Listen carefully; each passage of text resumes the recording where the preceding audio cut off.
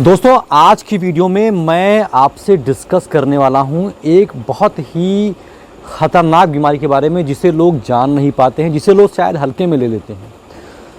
दोस्तों आपने कई बार सुना होगा कि लोगों को शुगर है, मतलब कि उनको हाइपरग्लाइसीमिया है, शुगर बढ़ा हुआ है, परेशान रहते हैं, लोग दवा खाते हैं, लेकिन उसी से कनेक्टेड एक ऐसी बीमारी को शायद हम समझ नहीं पाते हैं जो शुगर बढ़े होने से ज़्यादा ख़तरनाक हो सकता है।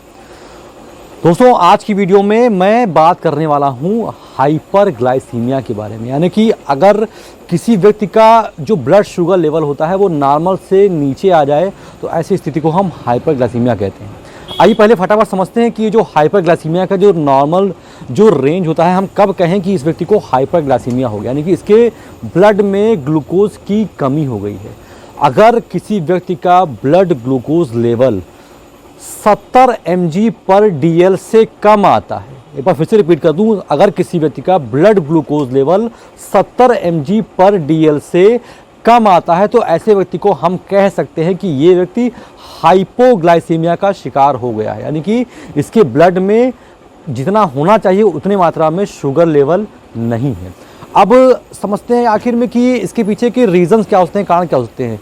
अक्सर देखा गया है कि जो हाइपोग्लाइसीमिया शिकायत होती है वो डायबिटिक पेशेंट में ही होती है। क्यों होती है ये बता दूं आपको, क्योंकि डायबिटिक पेशेंट दवा खाते हैं शुगर की, और अगर आपने शुगर की दवा खाई और आपने खाना स्किप कर दिया, आपने ज़्यादा एक्सरसाइज कर दी, आपने कम खाना खाया, तो ऐसी स्थिति में बहुत ज़्यादा संभावना होती है कि आपका शुगर लेवल अचानक से ड्रॉप हो जाए, अचानक से कम हो जाए और आपका शुगर लेवल 70 mg/dl से भी कम हो जाए।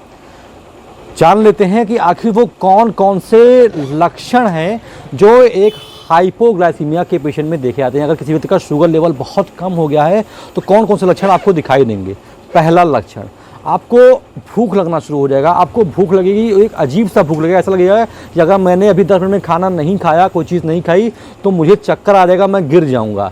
ये भी लक्षण होता है हाइपोग्लाइसीमिया का। इसके अलावा आपके हाथ पैर में कंपन होगा, आपको चक्कर आएंगे, आपको ब्लरनेस ऑफ विजन कैसा होगा, आपको कंफ्यूजन, मेंटल कंफ्यूजन कैसा होगा। ये कुछ ऐसे कॉमन जो है लक्षण हैं। आपको पसीना आएगा, मीठा मीठा पसीना आएगा। ये कुछ ऐसे कॉमन लक्षण हैं जो दिखाते हैं कि आपको हो सकता है कि आपको हाइपरग्लाइसीमिया हो गया हो। अगर किसी व्यक्ति को हाइपरग्लाइसीमिया है तो हमें करना क्या है, पहले इसको समझ लेते हैं, बहुत इंपॉर्टेंट चीज़ है।